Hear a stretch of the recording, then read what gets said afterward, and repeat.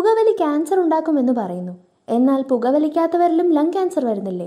പുകവലിച്ചാൽ എന്തായാലും ക്യാൻസർ വരുമോ? നല്ല ചോദ്യമാണ്.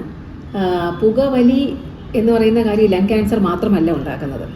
തൊണ്ടയിലെ അർബുദം, വായ്ക്കകത്ത് വരുന്ന പുണ്ണ് പോലത്തുള്ള അർബുദം, അന്നനാളത്തിലെ ക്യാൻസർ, ആമാശയത്തിലെ ക്യാൻസർ, ബ്ലഡ് ക്യാൻസർ, മൂത്രസഞ്ചിയിലെ ക്യാൻസർ, ഇങ്ങനെ നിരവധി ക്യാൻസേഴ്സാണ് സ്മോക്കിംഗ് കാരണം ഉണ്ടാകുന്നത്. ഒരു കാര്യം അറിയാമോ? ഈ സ്മോക്ക് എന്ന് പറയുന്ന ഇതിനകത്ത് 80-ലേറെ കാർസിനോജൻസ് ആണുള്ളത്. ഇതെന്ത് സംഭവിക്കുന്നു എന്ന് പറഞ്ഞാൽ, പുക വലിക്കുമ്പോൾ നിക്കോട്ടിൻ എന്ന് പറഞ്ഞൊരു സബ്സ്റ്റൻസ് നമ്മൾ വലിച്ചെടുക്കുകയും അത് ഡോപ്പമിൻ്റെ റിലീസ് ബ്രെയിനിൽ ഉണ്ടാകുകയും അങ്ങനെ ഒരു സ്ട്രെസ്സ് കുറഞ്ഞു എന്നുള്ളൊരു മിഥ്യാധാരണ ഉണ്ടാവുകയും ചെയ്യുന്നു.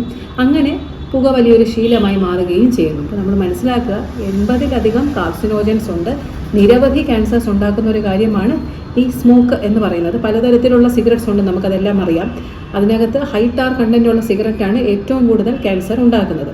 പിന്നെ മറ്റൊരു കാര്യം ചിലർ പറയാറുണ്ട്, നെയ്ബർ ഇങ്ങനെ പുക വലിക്കാറില്ല പക്ഷേ ക്യാൻസർ വന്നല്ലോ, എന്നാൽ എന്തുകൊണ്ടാണ് ഈ കാര്യം എന്നെല്ലാം ചോദിക്കാറുണ്ട്. അതിനൊരു ഉത്തരം എന്ന് പറഞ്ഞാൽ, പുക വലിക്കാത്തവരെ നമ്മൾ കമ്പയർ ചെയ്ത് നോക്കുമ്പോൾ 30% കൂടുതൽ സാധ്യതയുണ്ട് ക്യാൻസർ വരാൻ.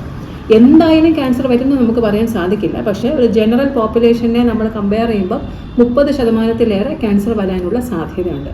അറിഞ്ഞുകൊണ്ട് ഇത് ചെയ്യണോ എന്നുള്ളതാണ് നമ്മൾ ചിന്തിക്കേണ്ട ഒരു കാര്യം.